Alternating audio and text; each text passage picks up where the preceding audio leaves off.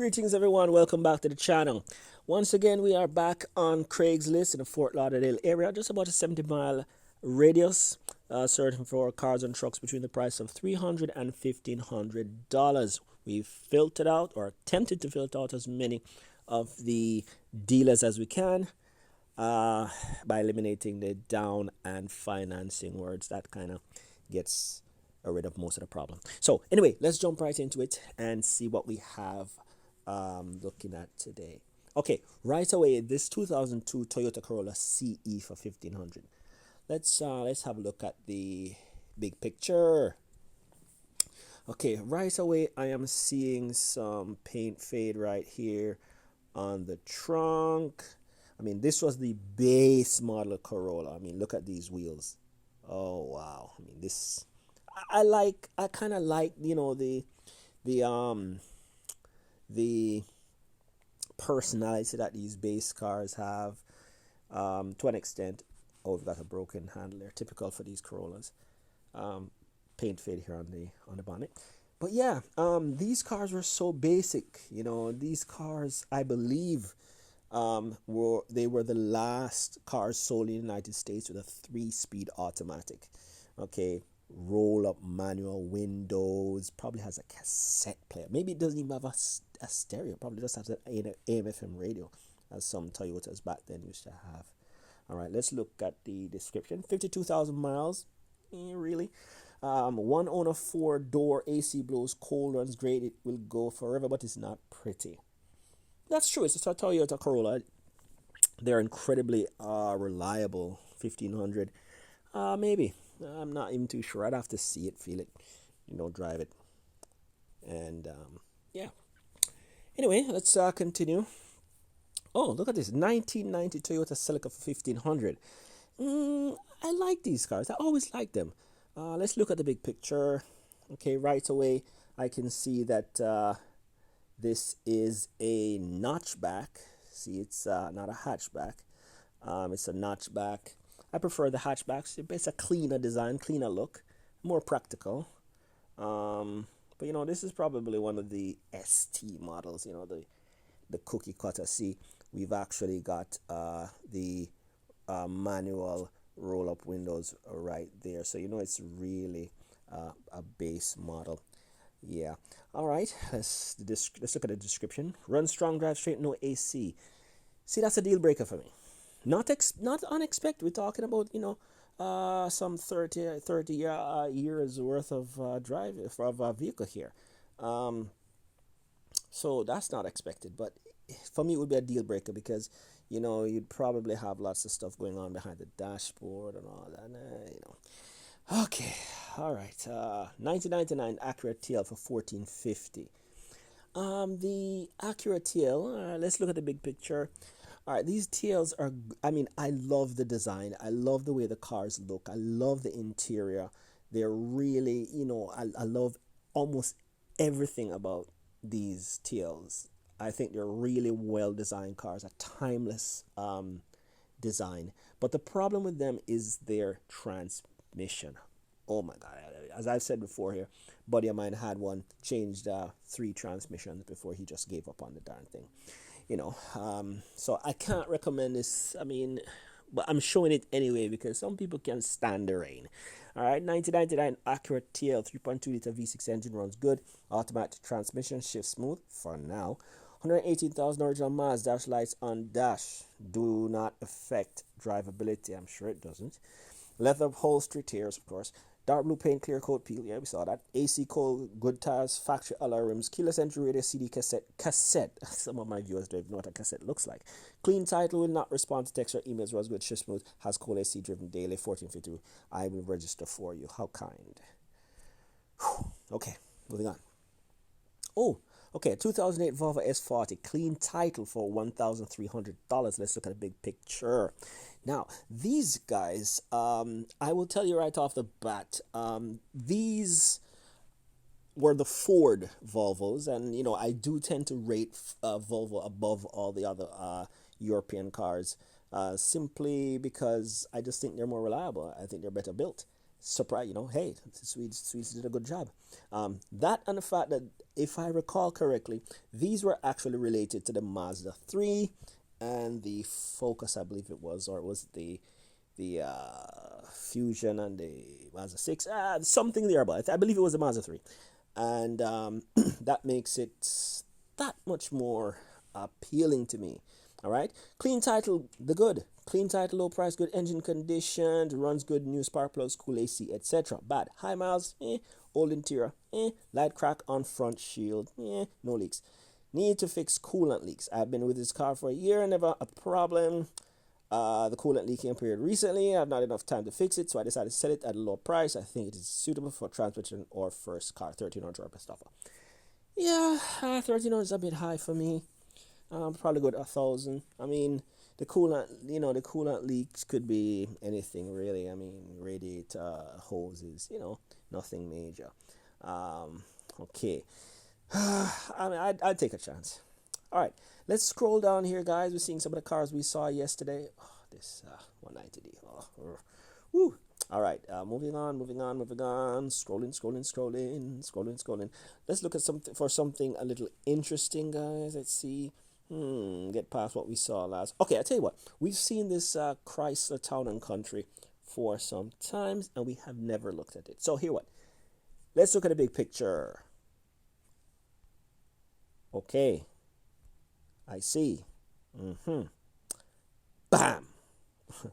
We've got some body damage there. Lots of body damage there. Yeah. These vehicles here, I tell you, they tend to not have the most reliable transmission systems. I said transmission systems. Yeah, I did. They do tend to not have the most reliable transmissions, but they do have a lot of this going on here, where there's a lot of utility. You can move the seats around in the back and take them up, put them in, blah blah. You have a lot of flexibility on the interior, and this is why people buy these things, for that level of flexibility.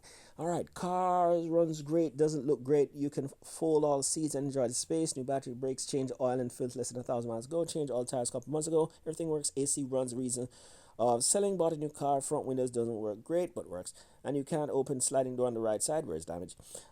Sometimes the sense of the tire pressure comes up, but it's all about sensor. Okay, $1,200.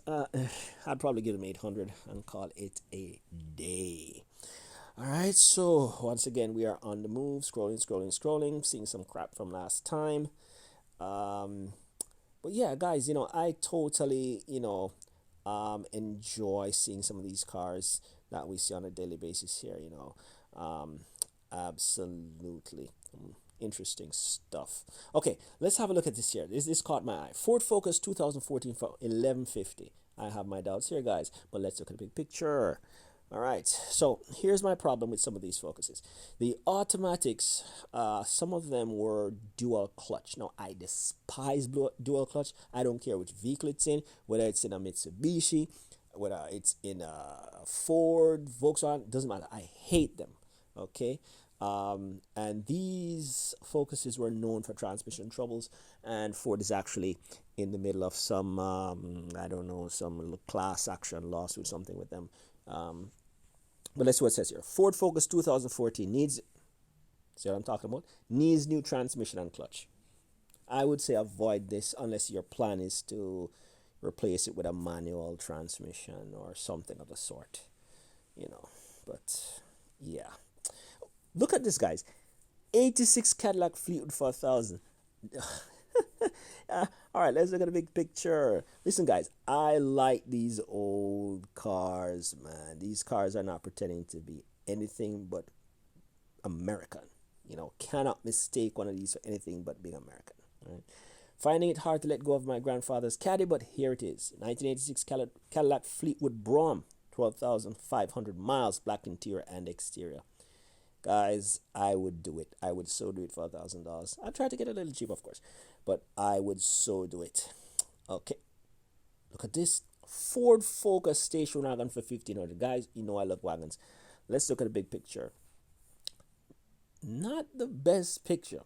I'll tell you that. Not the best picture here either. or here, or here. People, are we selling the trunk of the car or the whole car? We've been through, 5 pictures, and all we're seeing is one guy's butt and the trunk of the car. Come on, guys, we can do better than this. Excellent condition, clean, tight, Bluetooth ready, with front tires, AC needs free on 1500. No way. Moving on. Come on, people. Come on. Anyway, 2000 Chevy Cavalier LS. Let's have a look. See. Let's look at the big picture. Now, the Cavalier was an interesting little car. Nothing special. They weren't particularly good at anything. Weren't particularly bad at anything. They were just typical example of GM mediocrity. Right? Runs and drives good. No issues. Cold air. Good tires. No leaks. Very clean vehicle. Have a great day. Thanks. Yeah, I wouldn't give you $1,300. I'd probably give you $800 and tell you to have a nice day. Oh, wait a minute, guys. Dodge Magnum. 2008 Dodge Magnum. $980. Let's have a look at the big picture. All right, this is the facelifted model. I love wagons, and I've always did like the Magnum. All right, let's see what's going on here. 2008 Dodge Magnum, a classic exterior in perfect condition, 6 cylinders, needs head gasket repair, so it doesn't run at the moment. $980, guys. I would do it. I would do it for $980. Maybe a little less if I can, of course, but $980, I would do it. Why? Because the 2.7 liter is a real dog of the engines. Okay, it doesn't say. It just said needs a head gasket repair. If the 2.7 needs a head gasket, I would say junk it, because the 2.7 has oil flow issues and all kinds of crap. But the 3.x, 3 point whatever, 3.2, 3.5, whatever, 3.6, whatever engines, otherwise the V6s, the V8s that are available with this, they'll swap out quite easily. And you could have yourself a nice car. I just say avoid the 2.7. Okay, all right. Let's see if we can get this one in. 2007 Mazda 6. Let's look at the big picture. Okay, right away we have some damage on the front bumper. Not necessarily a deal breaker. Let me see here. Okay. All right. Now, let's see. Needs transmission work. As well as other general maintenance like oil change, rotors in the future, wheel alignment, etc. But again, the only thing making the vehicle inoperable is the transmission leak. Otherwise, this vehicle has served me well. 200,000 plus miles, but still has a lot of juice in it. Selling as is, cash only. I don't know. 500, 300 maybe. Okay, guys, let me see if I can get one more in. Dodge Intrepid. All right, the Dodge Intrepid. Let's look at the big picture. Now, I love these cars when they came out. The LH model Chrysler cars. They were gorgeous cars. And the surprising thing is that they were actually based on an early 1980s, late 70s Renault design under the skin. Okay, this is a good engine, a 3.2. Doesn't give the mechanical problems like the 2.7. But yeah, I love these cars back in the day. They were gorgeous cars, but the transmissions were not the best, because once again, those were like, a rear drive transmission or something like that was converted for front wheel drive use, and it was, didn't work very well. But transmissions. This was here. Engine and transmissions is in good condition. I'm the third owner. 1,400. I would not do 1,400. Dude, I would probably give you 400 and tell you have a nice day. I love these cars, I still do, but I accept that they're just not there. But anyway, guys, I'm gonna leave it right there for today. Thanks for joining me. If you like what's going on, like, share, subscribe, and hey, I'll see you guys soon.